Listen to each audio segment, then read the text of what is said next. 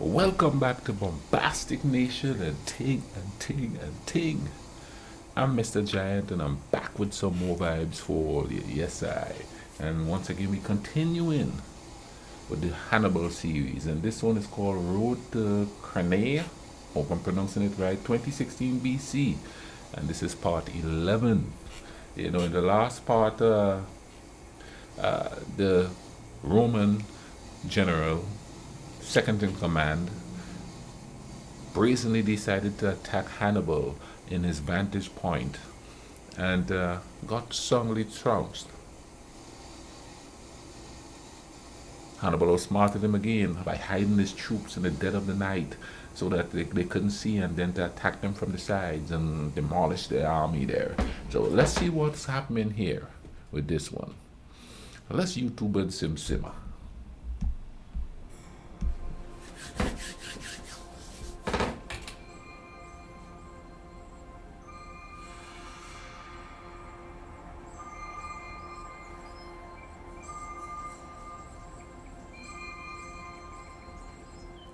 Ooh.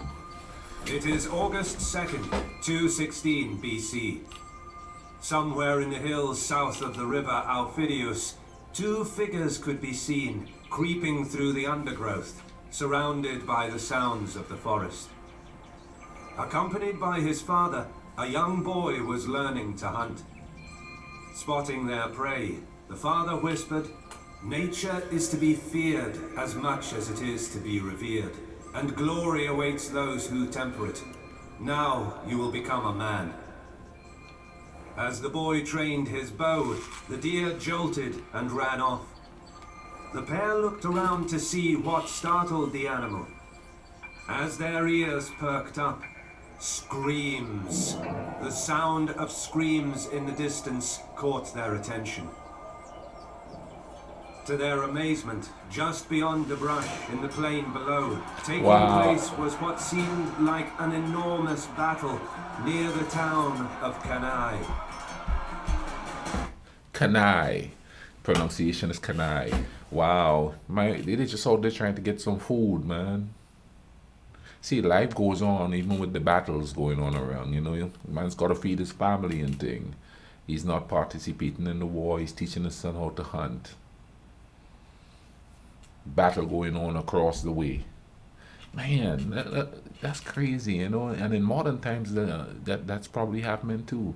You know, you're out there trying to live your life and, you know, supply for your family, and they're fighting all around. That's crazy. I'm happy to say that for this video we partnered up with Backblaze, a secure online backup service that's streamlined for beginners. As their longtime user, Backblaze is my absolute favorite because of the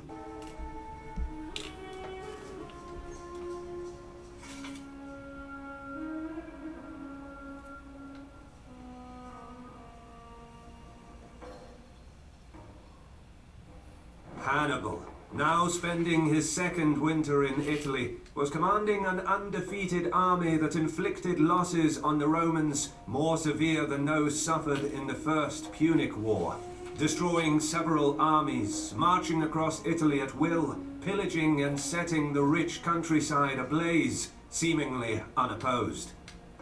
Rome's scorched earth tactics of the year prior, intended to starve Hannibal's army, hadn't succeeded. His unchallenged presence in Italy was a humiliation for the Republic, and, at least politically, successes in Spain and Sicily were mere consolations. But Fabius's dictatorship, despite failing in its primary objective, provided Rome time to recover and oversaw the rebuilding of the field army, now under temporary command of Servilius and Regulus. However, feeling the economic impact of Hannibal's operations and fearing defections from its allies, during the winter, the Senate mobilized the Republic's resources. Two new consuls, Lucius Aemilius Paulus and Gaius Terentius Varro, would hold joint command over the largest army Rome had ever put to field, with troops assembled and trained across Italy over the coming months. As recruits were organized into legions, commanding officers appointed, drills conducted, and oaths taken, a sense of trust developed between the men and their leaders, gradually building a confident and effective force that was grimly determined to destroy the Carthaginian army in Italy in 216 BC. They're getting 8 prepared. strength legions, each numbering 5,000 troops, were raised. 40,000 Roman infantry and 2,400 cavalry would form the core of the massive army. Along with each legion, there would be an equal number of allied infantry, 40,000 in total, along with around 4,000 cavalry. All told, a host nearly 87,000 strong was assembled. A third of the Senate would serve in the army for the campaign of 216 BC, while most of the remaining senators sent their sons or relatives to join the legions.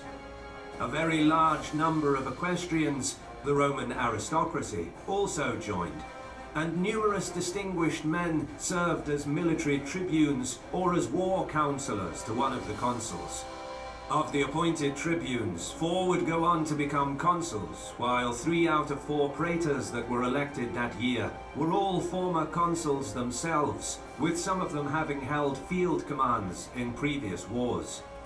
These were experienced men who reached maturity in the First Punic War, whose honor and tradition bound them to offer their services to Rome, realizing that the very idea of Roma Eterna was now in jeopardy. For Hannibal, being in hostile territory and supplying an army of some 50,000 soldiers and 10,000 cavalry horses, as well as servants, wives, and camp followers, was a never-ending problem that dictated the activities of a network of foraging parties and movements of the army. But thanks to Hannibal's logistical mindset, enough provisions were gathered at Geronium to last around 6 months, from late autumn 217 until spring of 216 BC. And now the year's crops were ripe enough to be harvested by his troops during campaign season. In early June, Hannibal left his winter quarters, descending from the Apennines into the fertile region of Apulia, with the Roman army following at a distance. After observing Hannibal's activities for several months, the 2 temporary consuls were asking for instructions from the Senate, now that the Carthaginians were on the move again, explaining that staying close to the enemy could force them into a battle. The Senate instructed them to wait until consuls Paulus and Varro arrived with their legions. This allowed the Carthaginian army to pillage their way through Apulia. For a 3rd year in a row, Hannibal continued his campaign of violence to demonstrate Rome's inability to defend itself and its allies, in the hope that the continued perception of the destroying weakness as he goes would cause defections and rebellions among its allies in southern Italy. Therefore, seeking a decisive battle against Hannibal was a logical decision for the Romans. Prior defeats had not yet diminished their spirit, and their resources were sufficient to continue the war.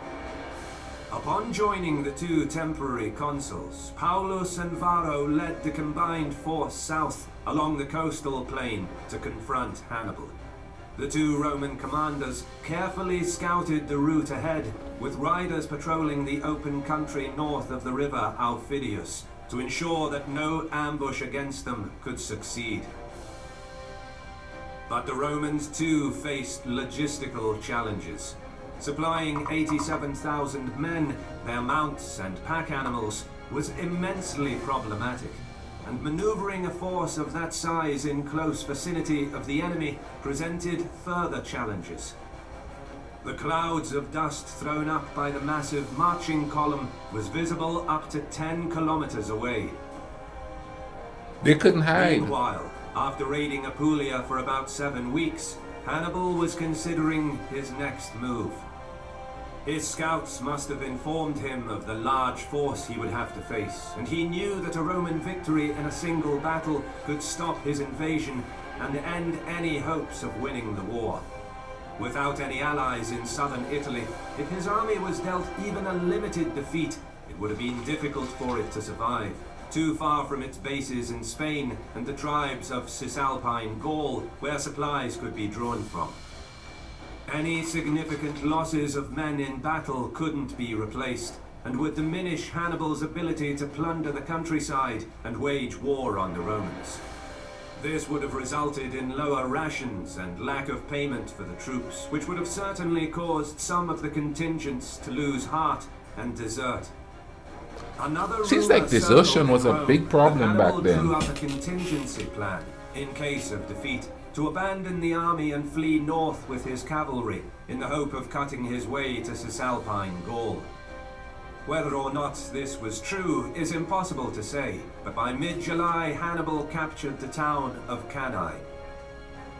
While it wasn't the wealthiest nor largest settlement in the area, and was now abandoned, having suffered in the last year's campaign, Cannae was used by the Roman army as a supply depot. Capturing it, along with gathering the produce from the surrounding area, secured plentiful provisions for the troops, which reduced the need to forage for some time. For the next several weeks, the Carthaginian general sat and waited for the Romans. Situated on a hilltop, Cannae was a good vantage point, overlooking the flat plain in the direction from which the Roman army would come. One of the Carthaginian officers by the name of Gisgo nervously commented on the size of the enemy army. Undoubtedly, he wasn't the only one in the Carthaginian army that was intimidated by the size of the Roman host. But, ever the master of mind games, Hannibal wittily remarked, "The thing that has escaped your notice is that, although there are so many of them, there is not one among them called Gisgo," thereby bolstering the confidence of the men and diffusing the tension into laughter.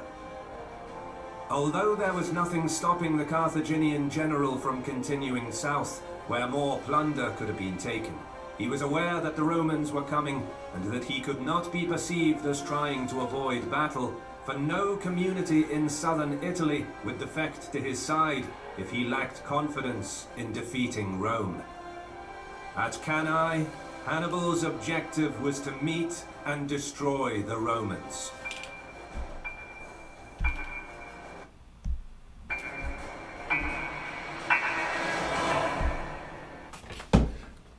Yeah, decisive battle is at hand. 87,000 Romans, 50,000 Carthaginians. Oh boy. I'm excited for the next one. Didn't talk too much in this one because, seems like it was not so much a cat and mouse game, but a run to the strongest hold and wait, make plans, bolster the army's morale, but also looking strong enough to get the rest of the tribes around there to join him against the Romans. After all, the Romans did pillage a lot of those places and took it. So the next episode is going to be really interesting. I'm looking forward to it. I'll leave a link in the description for this video. Go check it out. Check out the channel. Subscribe to them if you're a real history buff. They got some good stuff on there. I've been watching them for a while now. You all take care of each other, alright? Cool runnings.